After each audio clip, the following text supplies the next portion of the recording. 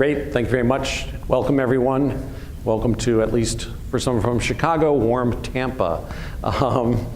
We actually had snow the other day, so it was a half an inch. But so anyway, we have an interesting and a different topic for this morning. We're going to talk about digitalization. How's that for a tech word? Digitalization and how it might impact the manufacturer-distributor relationship. This is a panel session. I'll introduce our panel in just a moment.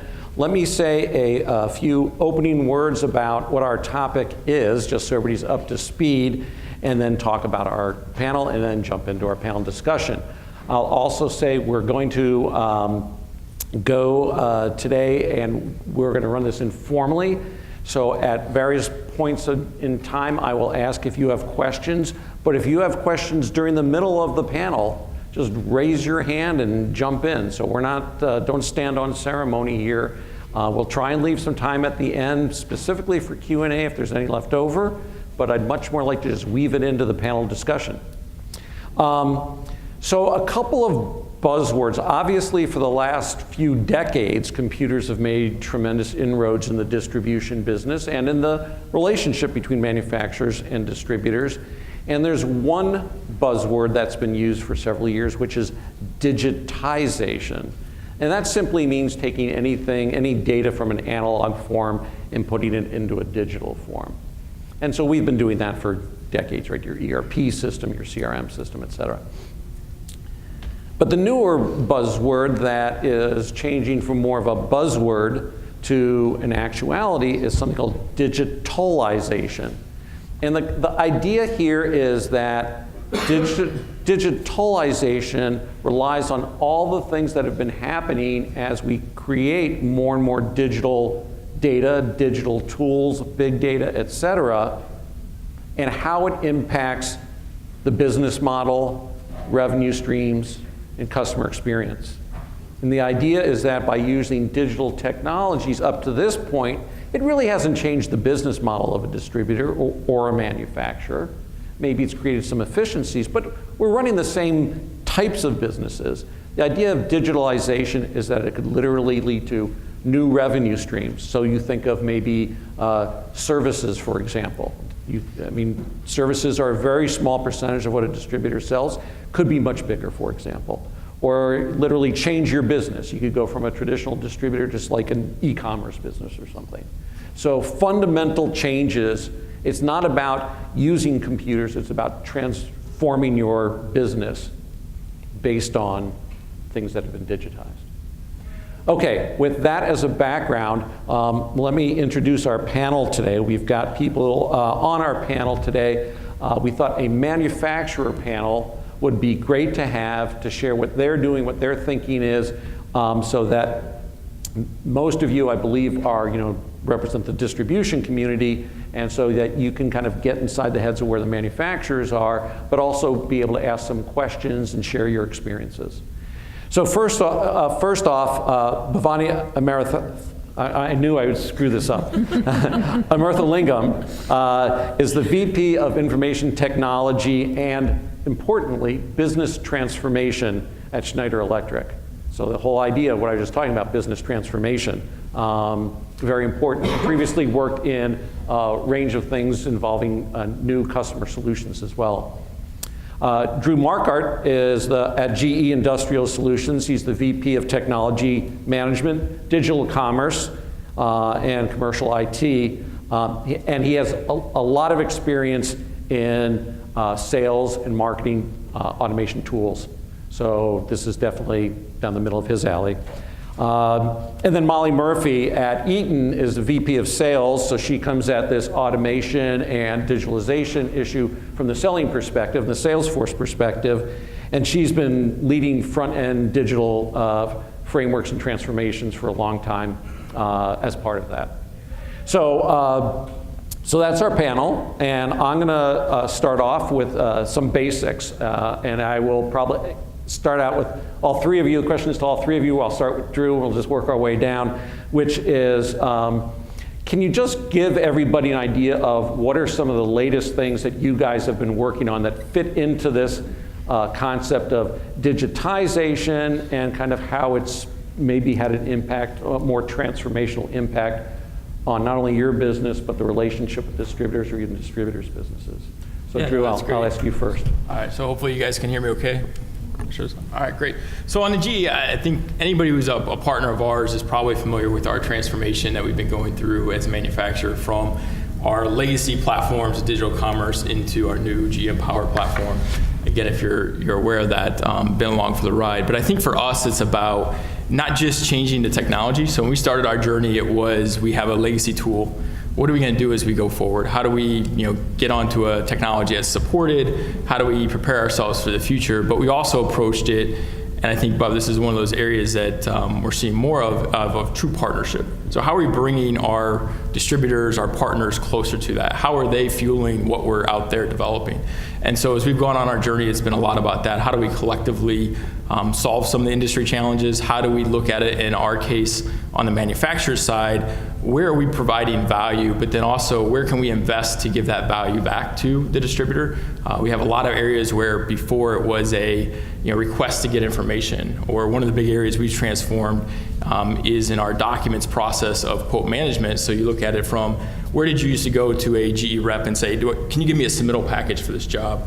Can you give me O&Ms? And we looked at it and said, if we're investing on our back end, how do we transform that, provide that as self-service as we go forward? So I think for us, it's a lot about driving the partnership and then taking a lot of back office where sometimes there's not much value add in having a GE person assembling together a document, let's say, but the value add is really about how do we turn that around to be a minute? In a minute, can you get your full submittal package, deliver that to your customer, and move on? Yeah, okay, let's keep that in mind, and maybe you guys, from a distributor point of view, so what would that mean to you? What could you do differently in your business if all the back end is automated, self-service? Is that good or bad? How will it help you? So we'll come back to that topic, yeah. Molly? So I would probably start even a little more basic as one of the core pieces Eaton has been working on for the last 2 years, I would say is actually product data, and really becoming much more focused around master product management data and making sure that we're building data sets that we can use to share with our distributor partners as they're getting more serious about their websites, about their e-commerce engines, around how they want to interact with their customers, which does tie into the document piece, right? So if you don't have good product data, that foundationally, you can't, everything else becomes a big challenge. And you think of a company like Eaton that's really had a lot of acquisitions, the biggest challenge we have is the quality of the product data, because you have multiple revisions. I mean, we have in Eaton across the electrical sector, we probably have over 7 million individual SKUs that are all unique, and that's not your engineered to order product. So don't even count your switchgear or any of that other stuff. So you think about the process that, how product managers used to be able to do product data and get that in, and now what the expectations are in terms of quality of data. I would say I think one of the biggest investments we've made that's foundational for the work that we want to do with our distributor partners is around product data management. And today we're 30% of the way through, 40% of the way through our public-facing SKUs to have those be cleaned up, and we'll be 70% of the way through by the middle of next year. So that's how we want to add value as a part of that process for changing and supporting, because I completely agree with your comment around how do we make it easier for people to get what they want when they want it, and just make sure we're giving them the right and accurate data around that. All right, good. And Bhavani, your thoughts on that? Sure. The whole digital transformation and digital journey has been something that Squarity's doubled down on over the last 12 months significantly, right? So I'm really thrilled to share some of the changes and transformation that we're in the process of. When we think about digital transformation, we look at it in a couple of lenses, right? We look at it in the lens of our customer engagement and your customer engagement from a channel standpoint. We look at it in the lens of the product itself that we're all selling together, and in the lens of our operations in the value chain. How do we streamline everything from manufacturing to the end customer from an operational standpoint?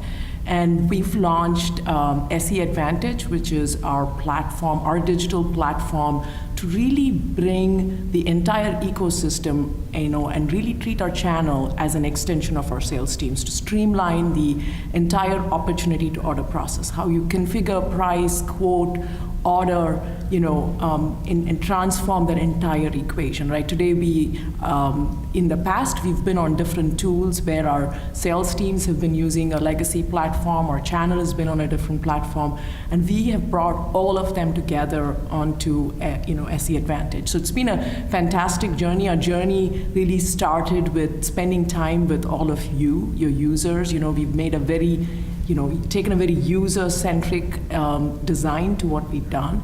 And the goal from a business standpoint is really to give back 30% of time to the sales teams, right? Really, you should be spending time with your customers, and we want to give that time back. And so driving efficiency in every piece of what you do, how you search for product, how you find product data, how you configure, how you actually go in and create your proposal document, the entire process.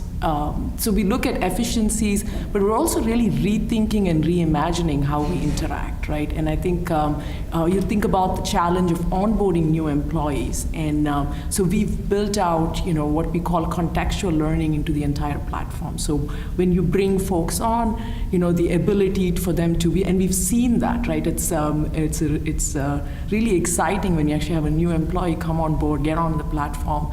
And the turnaround time, end of the day, from a customer perspective, can you turn around, what's your turnaround time on quotes, and how can you truly impact that? So what the platform allows for is for you to be able to have your quote specialist, your salesperson, real-time interact with somebody at Squarity, right?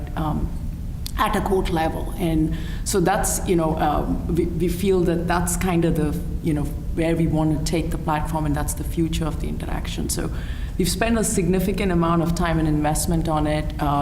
We're in the rollout journey right now. We've got a tremendous amount of positive feedback. We'll have about 7,000 users in the channel on the platform, about 2,000 internally. And we do believe, right, co-innovation is really where we want to be. So we've got users in the platform that give us real-time feedback and ideas on how to improve.